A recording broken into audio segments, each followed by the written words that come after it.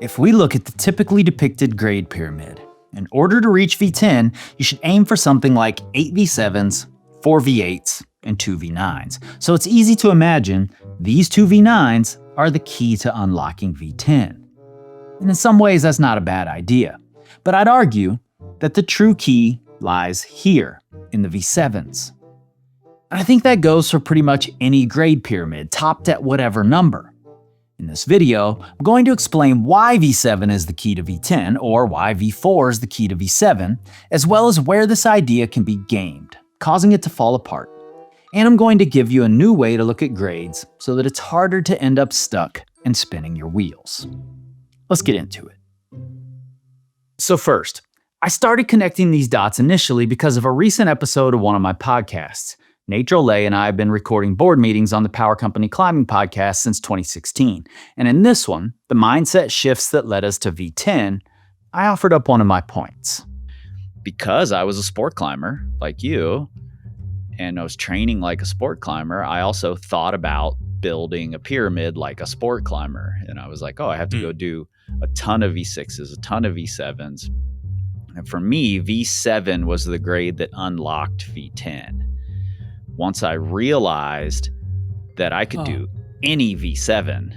Now, to be honest, saying that seemed almost like a bit of a hot take. But surprisingly, Nate had come to the same conclusion. We've never talked about this. Because I very much, and this is going to be kind of what my next point ends up folding into, is for me, breaking into V7 and making it to where I was like, okay, I am a V7 climber, the road was clear to V10 from there. And that got me thinking, what exactly is it about V7 that led us both to think that it must be the key ingredient to climbing V10?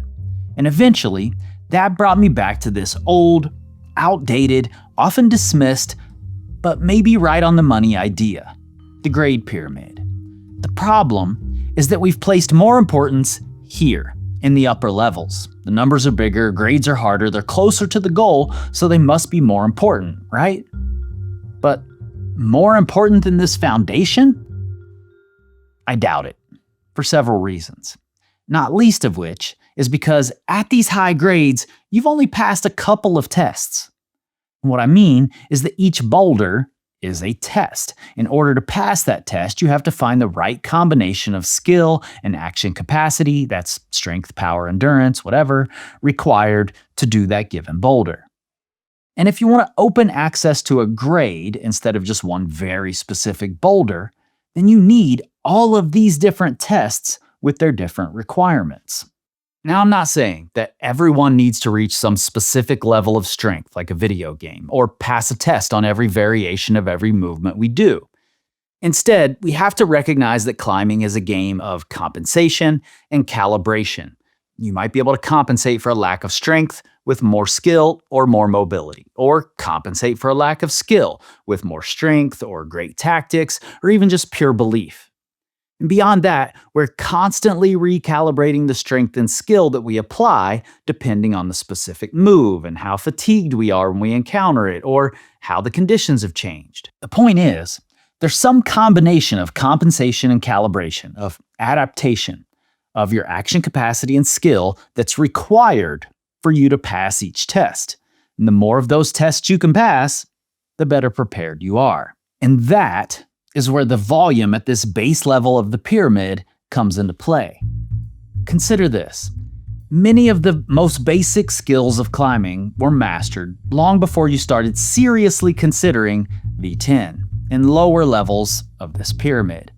If you've gone about this the right way, then once you've done, say, a handful of V7s, maybe a couple of V8s, and you're just starting to think about doing V9, then it's pretty likely that your first warm-ups can be on 3s and 4s. Your action capacity, at its base level of readiness, is primed for that, and you've essentially mastered the skill requirements for those grades. Now your next warm-ups are probably on 5s and some 6s, so you're probably doing more of those, repeating ones you struggled up previously. New quick sins on trips, you're racking up dozens of them. In this zone, a few grades below your 4-level pyramid base, V3 to V6 in this case, is what I call the explore zone. This is where you can play and experiment. If you find some aspect of a climb at this grade to be difficult, you can likely put all of your attention toward it, whereas on a much harder grade, the chaos can be a little overwhelming. I mean, consider a moderate climb that has good handholds but a few terrible feet. Because you're comfortable on the hands and with the moves, you can focus your attention on how to better use the feet. You can feel what is and isn't working. You can explore. So by the time we've created this full V7 base, we've probably done a lot of climbing in the Explore zone, and we've gained a relatively large library of movements, tactics, and skills, and we've raised our action capacity to a fairly high level. And so now, V7 is feeling pretty easy, such that you've probably now started to add to this base, ideally while trying harder things. And the more you do, to a point, the better you'll get at adapting and calibrating those skills across a variety of different sequences, environments, rock types, and pressures, and you'll find yourself doing the same on V8s. This is the Expand zone, where you're expanding those skills you learned in the Explore zone. You're adapting techniques to steeper or more difficult terrain. You're solidifying those skills and recalibrating rapidly and more frequently. And this expansion might even continue into V9 a little bit, but as you get to those higher grades, the calibration is a little tougher. There's less opportunity to compensate, which is, in part, what makes these climbs harder. This is the Exploit zone, where to get up things, you need to exploit the skills that you've already mastered.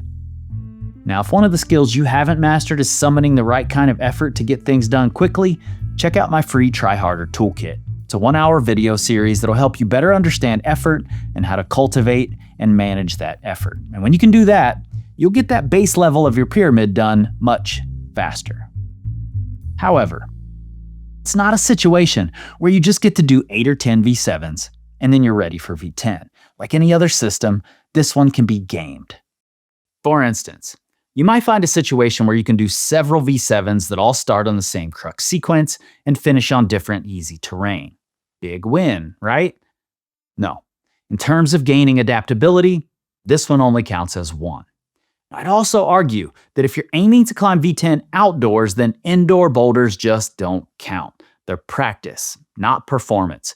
You can certainly learn some of the compensation and recalibration and how to adapt a skill to a new movement scenario, but you don't have to deal with the same conditions and pressures, microbeta, endless possible sequences, and all sorts of other variables. You just don't gain as much from indoor boulders. And this is a performance pyramid, so for a boulder to be included, it has to be in the performance environment. And finally, if all of your V7s are endurance V7s or one-move power V7s, it isn't going to get the job done. It might unlock access to a very specific V10, but it's not going to unlock the grade. Instead, we're looking for variety. In fact, it might help to view it like this. Think of each boulder as one of these blocks. Is that too on the nose? Think of each block as one of these blocks? Anyway, each block has several sides. The grade is only one side, and grade is just an approximation of difficulty. On the other sides are the facets that contribute to this difficulty. Variety of styles or grip types, slopey compression, techie vertical edges, pinchy roof climbing, friction slabs. And on another side are different rock types, sandstone, granite, limestone, etc. Variety of conditions, humid, dry, cold, hot. It's inevitable that some of these blocks will be in situations where you have all the time in the world to work them out, and some will be the last day of the trip or right before the threatening storm clouds open up. Some will be in front of a big crowd. Some will just be you, alone in the woods. Length and height matter, as does whether the crux is at the bottom or top of the boulder. Do you have to give more intensive effort or extensive effort? There are endless combinations. The more you collect, the better you get, particularly at this level, the base of your 4-level pyramid. See, climbing harder things isn't just about gaining a specific technique or reaching a specific level of strength. It's about being able to pass the test in a wide enough variety of situations that you get better at more effectively recalibrating and adapting the skill and action capacity that you already have, that you've done enough exploring and expanding, and now you know how to exploit. And this base level is in the sweet spot for all of that, because some of these will be new skills. Most of it will be recalibrating skills you've already gained to help solidify them, and you're likely to find ones that you can flash, exploiting the skills you've already mastered. And that is what will prepare you to add that goal block to the top of your pyramid. And now, if you know that your movement skills are something you regularly need to compensate for, then I've built what I believe is a game-changing movement analysis tool. And this video will tell you all about it.